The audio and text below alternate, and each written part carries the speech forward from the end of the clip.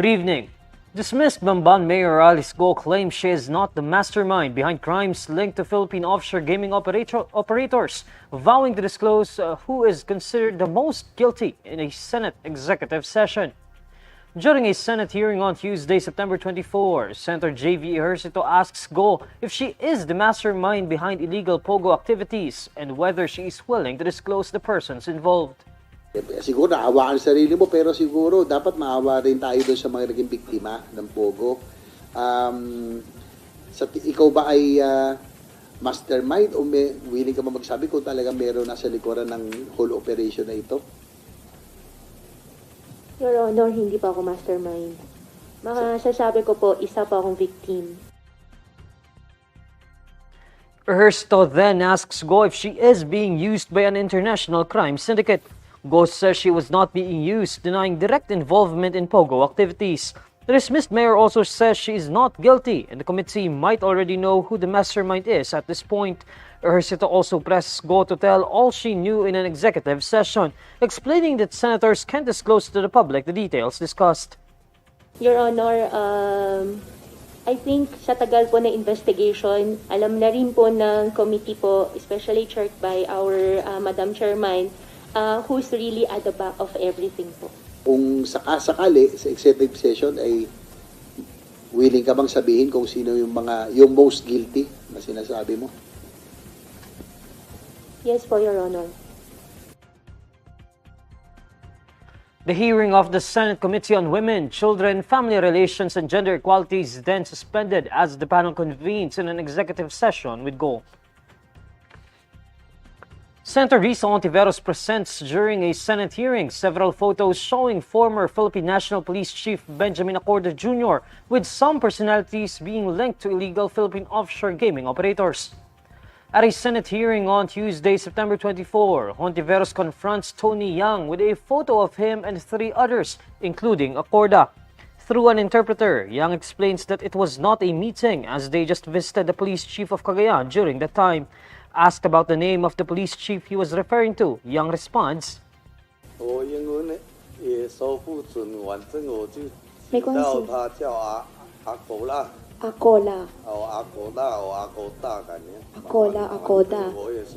Okay, so my English is not very fluent, but I call him Acorda or Acorda. So that's SP Pro Tempore has corrected you. He's the former Chief PNP. Ontiveros also asks if Yang was aware that he had a warrant of arrest in China for fraud. When Yang says he wasn't aware, Ontiveros questions why high officials in government are fraternizing with a wanted fugitive. Ontiveros then asks Sual, Pangasinan Mayor Dong Kalugay if he knows Acorda.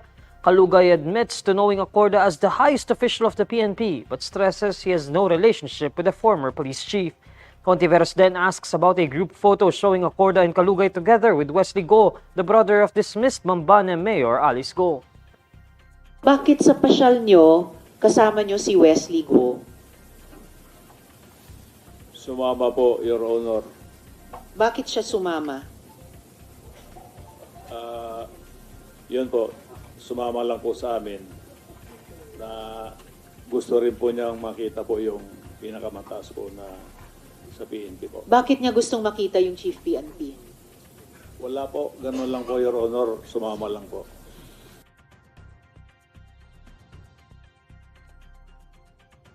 Both Alice Guo and Wesley's girlfriend, Cassandra Ong, claim no knowledge as to why Wesley was in that visit to Acorda. Presidential Anti-Organized Crime Commission Executive Director Gilbert Cruz says the family of former Presidential Economic Advisor Michael Yang tried to make Cagayan de Oro their kingdom. Cruz in a Senate hearing says the Yang family tried to establish Cagayan de Oro as their kingdom. As PAOCC observed, some cannot enter their businesses in the area if they don't pass through the Yang family. According to Cruz, the Yang family's businesses are related to Philippine offshore gaming operators. Some of their firms include a hotel and a rice mill, which are under the name of Michael's elder brother, Tony. The PAOCC chief says the Yangs also own a Sanjia Steel. While authorities have yet to inspect the firm, Intel reports that the PAOCC received all point to a Pogo operation in the corporation. Michael Yang was former President Rodrigo Duterte's economic advisor. He was also a central figure in the Formally scandal when alleged irregularities occurred in billions worth of government deals for COVID-19 response supplies. His family is also allegedly involved in the illegal activities of Pogos, which the Senate is investigating. Earlier, Senator Risa Ontiveros said it is much clearer now that the Yang family's business is a supposed massive crime syndicate that has operated in the country for far too long and has victimized far too many. The Philippines deploys a Coast Guard ship and 3 warships to monitor the presence of a Chinese research vessel conducting a survey of Palawan province. In a press briefing on Tuesday, September 24, Navy spokesperson for the West Philippine Sea, Rear Admiral Roy Vincent Trinidad, says that when the Philippines deployed ships reached the area, the Chinese research vessel was not there anymore. There were reports yesterday. It was monitored by Western Command. They sent a Coast Guard and 3 Navy ships to check on the reported presence of this research vessel. It so happened when they got to the vicinity, the research vessel was not there anymore. Our tracking is it exited southwest direction from the last reported position. West Philippine Sea Monitor Ray Powell says 6 militia ships were escorting the Chinese research vessel just 27 nautical miles away from the shores of Palawan on Monday, September 23. However, the research fleet was still outside Palawan's 12 nautical mile territorial sea, a red line that, once crossed by Beijing, could be seen as a direct threat to Manila's sovereignty. As of Tuesday morning, Powell says the Chinese research vessel and militia ships were within 40 nautical miles of the Palawan coastline. Powell notes that Beijing should have asked Manila's permission when it surveyed its exclusive economic zone per the United Nations Convention on the Law of the Sea. President Bongbong Marcos says he is expecting rice prices to further decrease amid the current price trend happening in Southeast Asia. During a sectoral meeting on managing food and non-food inflation in Malacanang, Marcos says the prices of rice seem to be following government projections, consistent with the experience of other ASEAN countries like Thailand and Vietnam. According to the Presidential Communications Office, rice was the top inflation driver in the Philippines, contributing 1.3 percentage points to inflation. Following the implementation of reduced tariff to Executive Order No. 62 Series of 2024, the landed cost of imported rice also further declined by around 7 pesos per kilogram as of mid-September. Data from the Department of Agriculture shows that as of September 23, 2024, local commercial rice was sold from a low of 45 pesos per kilo up to 65 pesos a kilo. Based on the DA's price monitoring report on September 22, 2023, local commercial rice was sold from 40 pesos per kilo up to 62 pesos per kilo last year.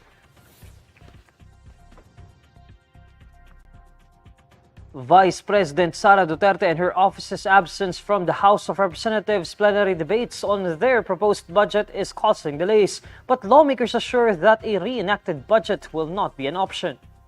In a press conference on Tuesday, September 24, House Appropriations Panel Vice Chair Raul Angelo Bongalon maintains that the House would not allow a reenacted budget as it would affect other agencies who complied with lawmakers' questions and requirements. Of course, definitely, naapektuhan po yung budget process. It causes delay, no? And of course, I would like to emphasize that we cannot sacrifice the entirety, the national budget, no, because of one agency. And when we speak of reenacted budget, kung ano yung budget this present year, that will be the budget for next year. So affected yung mga programa na kailangan taasan yung pondo.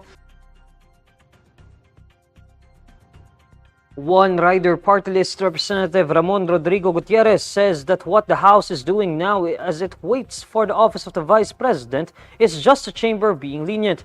However, he admits that this leniency would have its limit as the House needs to approve the budget on time. The OVP's proposed budget for 2025 was supposed to be deliberated at the House plenary at 10 a.m. on Monday, September 23.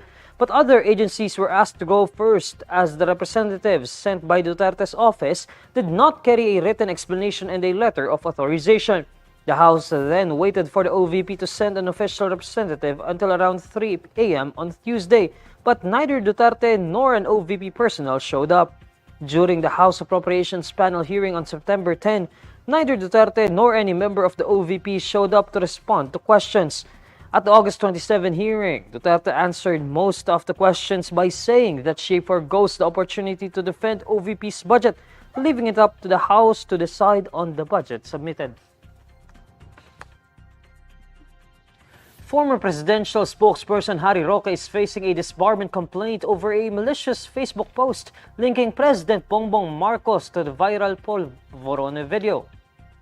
Former Duterte administration acting cabinet secretary Melvin Matibag filed the disbarment complaint against Roque before the Supreme Court on Tuesday, September 24. In July, the National Bureau of Investigation and Philippine National Police Cybercrimes offices said it was not Marcos in the so-called Polvorone video showing a man allegedly using illegal drugs. Matibag says it had been established that the viral Polvorone video was fake, adding that lawyers such as Roque should be responsible in using social media. Well, alam mo, magkaibigan kami ni Attorney Harry Roque and there's nothing to do about politics or personal. Sabi ko nga kanina, I want to help the judicial system to come out with the jurisprudence for us to be lawyer na guided how to behave in the social media. Mas mataas ang aming responsibility as an officer of the court, as a lawyer, kaysa sa ordinary gumagamit ng mga Facebook at ng social media. Meanwhile, Roque in a statement dismissed the complaint as a desperate act of attention and something that should not be made public. He says the posting of the Polvorone video on social media is protected by free speech. Roque also accuses the House of Representatives Quad Committee of supposedly crushing him because of the Polvorone video.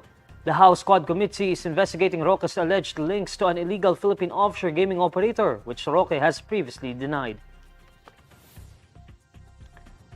These are the stories you need to know today. I'm Neil Mercado. Follow INQUIRER.net on Facebook, X, YouTube, TikTok, Instagram, and Reddit. For more stories, visit INQUIRER.net. Good evening.